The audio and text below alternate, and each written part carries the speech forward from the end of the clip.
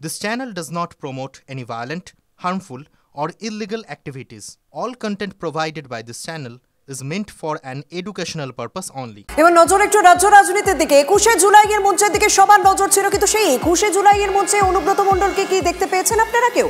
না 20শে জুলাই তাকে দেখা গিয়েছিল, ধর্মতলায় গিয়েছিলেন, কিন্তু তবুও দলনেত্রীর দেখা পাননি, কারণ মঞ্চের কাছে তাকে ঘেঁষতেই দেওয়া হয়নি। আর 21শে জুলাইয়ের সভাতেও কেউই দেখতে পাননি অনুব্রত মণ্ডলকে। সভা শেষে অনুব্রত ফেসবুক পোস্ট করলেন, যে পোস্ট ঘিরে জল্পনা, কারণ সেইখানে কি দেখা যাচ্ছে, ফেসবুক পোস্টে মমতা বন্দ্যোপাধ্যায়ের থেকে অনেক বেশি ছবি রয়েছে অভিষেকের। মমতার 7টি ছবি, অভিষেকের 9টি ছবি পোস্ট করেছেন অনুব্রত। আমার সঙ্গে রয়েছেন সহকর্মী সৌরভ ঘোষ। সৌরভ, কেষ্ট মণ্ডলকে আমরা 20 তারিখ দেখলাম, 21 তারিখ আমরা কাজল শেখকে দেখলাম, কিন্তু অনুব্রত মণ্ডলকে কেউই দেখতে পেল না। কিন্তু তার এই ফেসবুক পোস্টে হঠাৎই নাম্বারটা কি অন্যরকম কোনো বার্তা দিচ্ছে? পোস্টের নাম্বার, ছবির নাম্বার?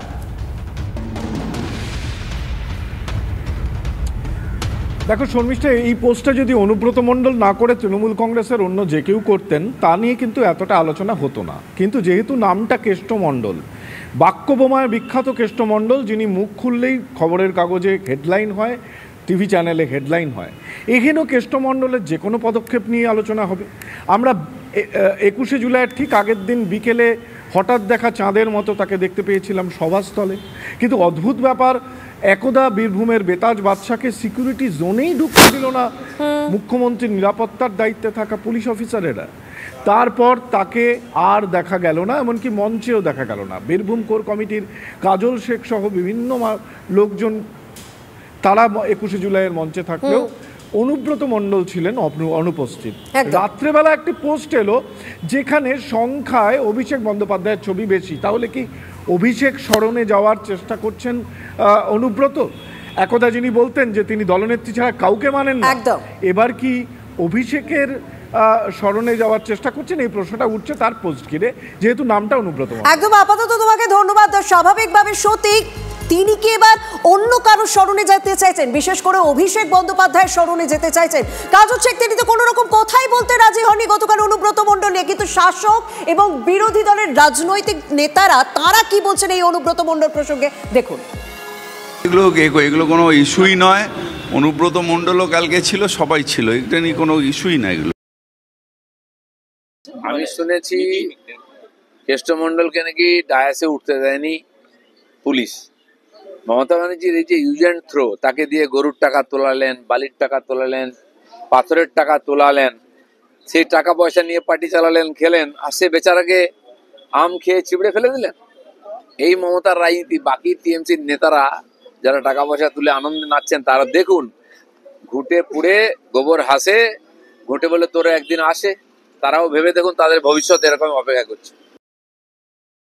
কাজের বেলায় কাজই, কাজ করলে কিষেনজি, সেটা সবার ক্ষেত্রে প্রযোজ্য, এবং সেটা এক্ষেত্রে মমতা প্রমাণ করে দিচ্ছেন। এখনো যারা মমতাময় করে, সে মিডিয়া হতে পারে, সে বুদ্ধিজীবী হতে পারে, সাধারণ নেতা নীতি হতে পারে, চোর হতে পারে, পুলিশ হতে পারে, ব্যুরোক্র্যাটস হতে পারে, তাদেরটা বুঝতে হবে যে অন্যায় সমস্ত কাজ মমতাজি তাদেরকে দিয়ে করান, কিন্তু যখন ফেসে যায় তখন কেউ কারো নয় বোমা।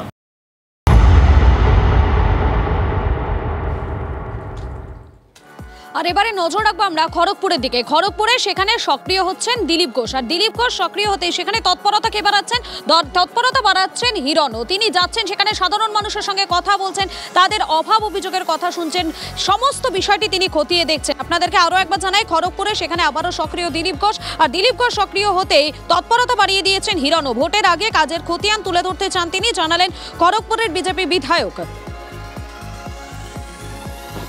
আমাদের সঙ্গে সরাসরি রয়েছেন আমাদের প্রতিনিধি প্রদীপ্ত রয়েছেন, আমি প্রদীপ্তর কাছে চলে যাবো। প্রদীপ্ত, একদিকে যখন দিলীপ ঘোষ আবারও সক্রিয়, আবারও ধীরে ধীরে সমহিমায় ফিরছেন, ঠিক তখনই নিজের কাজের খতিয়ানটা তুলে ধরার চেষ্টা করছেন হিরণ।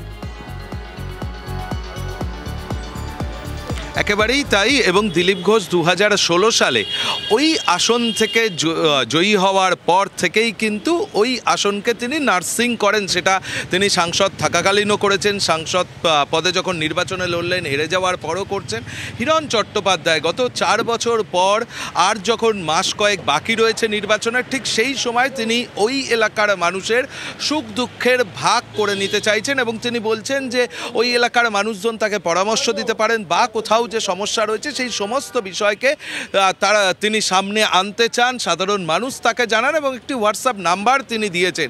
এরই মধ্যে তাৎপর্যপূর্ণভাবে দিন কয়েক আগে আমরা দেখেছিলাম কন্যা সুরক্ষা যাত্রা হয়েছিল। হিরণ চট্টোপাধ্যায় মূলত আয়োজন করেছিলেন, জেলা বিজেপি সভাপতি ডাক পাননি, নেতৃত্ব দিয়েছিলেন শুভেন্দু অধিকারী। গতকাল আবার খড়গপুরে দিলীপ ঘোষ যে কর্মসূচি করলেন তাকে দলের কর্মসূচি বলেই কিন্তু জানিয়েছিলেন রাজ্য বিজেপির সভাপতি শ্রমিক ভট্টাচার্য এবং জেলা বিজেপির যিনি সভাপতি তিনিও গতকাল ছিলেন। এবং তারপরই দেখা যাচ্ছে দিন দুয়েক আগে থেকে হিরণ চট্টোপাধ্যায় এই সমস্ত সমাজ মাধ্যমে তিনি পোস্ট সামনে আনছেন এবং সাধারণ মানুষজনের কাছ থেকে পরামর্শ চাইছেন। এরই মধ্যে তাৎপর্যপূর্ণ যে বিষয়টি সেটা হলো গতকাল আমরা দেখলাম হিরণ চট্টোপাধ্যায় কিন্তু ফেসবুকে দিলীপ ঘোষকেও ট্যাগ করেছেন। আর ওই আসনটি নিয়ে বিজেপির অন্দরেই ইতিমধ্যেই টানাপোড়েন শুরু হয়েছে। তার কারণ দিলীপ ঘোষ জানিয়ে দিয়েছে যে তিনি খড়গপুর আসন থেকে নির্বাচনে প্রতিদ্বন্দ্বিতা করতে চান। আবার জয়ী বিধায়ক হিরণ চট্টোপাধ্যায় তিনিও অনেক বেশি সক্রিয় হচ্ছেন। গত 4 বছর নিঃশব্দে ওই এলাকার মানুষজনের হয়ে কাজ করেছেন, তেমনটাই তিনি ফেসবুক পোস্টে দাবি করেছেন।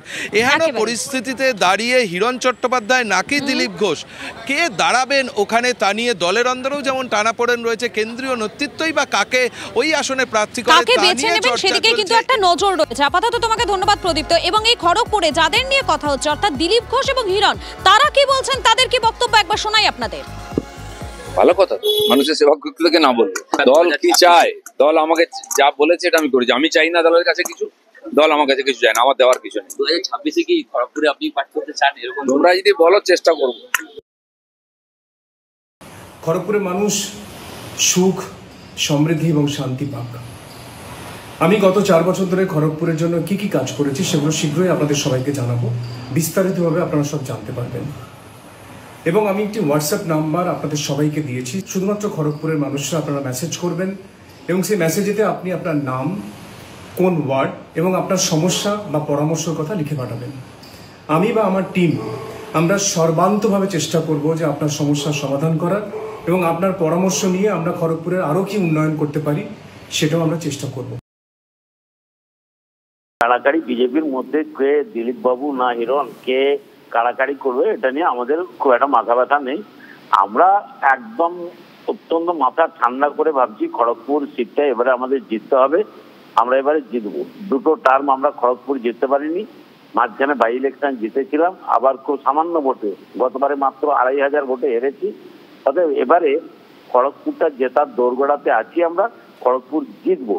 এবং এটা তো দেখো দিলীপ ঘোষ কি বললেন সেই ব্যাপারেও আমাদের মাথা ঘামানো নেই, আর হিরণ কি বললেন। তবে আমি নিশ্চিত বিজেপি এবারে হারবে, শুধু খড়গপুর নয়, ওই 2টো জেলার 15টা সিটেই ওরা হারবে নিশ্চিত ভাবে।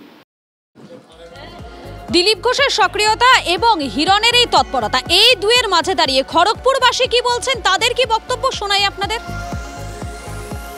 দিলীপ ঘোষ হলে ভালো হয়, হিরণকে দিয়ে কি হবে? দিলীপ ঘোষ লোকটা সত্যি আমাদের এখানে এসে দিলীপ ঘোষ হলেই ভালো হয়। ভালো হয় কি বলছেন বলুন? ওই দিলীপ ঘোষ যা বললো, দিলীপ ঘোষ হলে আমাদের কাজ হবে বলে মনে হয় না। কাজের লোকই আছে, আমরা দেখছি ততদিন। হিরণকে তো ঠিকই খুঁজে পাওয়া যাবে না। দিলীপ ঘোষ আসা ভালো হবে, কেননা নতুন লোককে দিলে কাজ হবে, পুরনো লোক কোনোদিন কাজ করবে না, পকেট ভরবে। दिलीप घोष या हिरণ? दादा चाहिए दिलीप दादा। क्यों? अभी हिरन कुछ काम का नहीं है। लास्ट 4 इयर्स तो हिरণ यहाँ पर एमएलए था। क्या किए, क्या किए? दिलीप घोष सबसे मिलता है, सबसे खबर लेता है। हिरণ का कोई पता आज तक देखा नहीं, हम लोग देखा ही नहीं हिरণ को। জিন্দাবাদ দিলীপ ঘোষ। কেন? আমাদের কাছের লোক, সব সময় আমাদের কাছে পৌঁছায়, সুখে দুঃখে সব সময় পেয়ে যায় ওনাকে। হিরণ তো গত 4 বছর ধরে এখানকার বিধায়ক আছে, কিন্তু বিধায়ক আছে, কিন্তু দিলীপ দাকে আমরা নিজের মতো মনে করেছি। দিলীপ ঘোষ বা হিরণ নাকি? হ্যাঁ হিরণ কাজ করছে, মোটামুটি কাজ করছে। আর এবারে আমরা নজর রাখবো আহেরিটলার দিকে। আহেরিটলায় সেখানে বেশ কিছু পোস্টার দেখা গিয়েছে, আর সেই পোস্টারের নাম রয়েছে কার বলতো? নাম রয়েছে দিলীপ ঘোষের। সেখানে লেখা রয়েছে 21শে জুলাই যারা দিলীপ ঘোষকে তৃণমূলে পাঠাচ্ছিলেন এটা তাঁদের গঙ্গায় ঝাঁপ দেওয়ার স্থান, এমনই লেখা রয়েছে পোস্টারে। এমন পোস্টারই দেখা গিয়েছে আহেরিটলার গঙ্গাপাড়ে। নাম না করে কি শুভেন্দু অধিকারীর দিকেই আঙুল দিলীপ অনুগামীদের? প্রকাশ্যে কেউ কিছু না বললেও দিলীপ শুভেন্দুর মধ্যে যে একটা চাপা সংঘাত চলছে সেটা দলীয় সূত্র মারফত জানা যাচ্ছে। গতকালই শুভেন্দুর উত্তরকন্যা অভিযানের দিন খড়গপুরে আলাদা কর্মসূচি সেরেছেন দিলীপ, আর এই আবহে এই পোস্টার চর্চা আরো অনেকটা বাড়িয়ে দিয়েছে। কিছু লোক গত কয়েকদিন ধরে মাননীয় দিলীপ ঘোষের ব্যাপারে কুরুচিকর মন্তব্য করছিল। তাদের জন্য একটা বিষয় কি, আপনারা মাননীয় দিলীপ ঘোষের বিষয়ে যে কুরুচিকর মন্তব্য করছিলেন কি দিলীপ ঘোষ নাকি তৃণমূলে মঞ্চে চলে যাবে, 21শে জুলাই চলে যাবে, তৃণমূল জয়েন করছে, আপনাদের লজ্জা লাগা উচিত। আর লজ্জা লাগার পর আপনারা আসুন এই আইরিটোলা ঘাটে ঝাঁপ দিন, ঝাঁপ দিয়ে এই আইরিটোলা ঘাটে ঝাঁপ দিন, ঝাঁপ দিয়ে শপথ নিন কি আগামী কোনো দিন বিজেপি পুরনো নেতা কর্মীদের এরকম কোনো কুরুচিকর মন্তব্য করব না। এটা বিজেপির ভেরতের ব্যাপার, কি করে না করে নিজেরা লাপালাপি করে, আমার নিজেরাই ঠুসে যায়।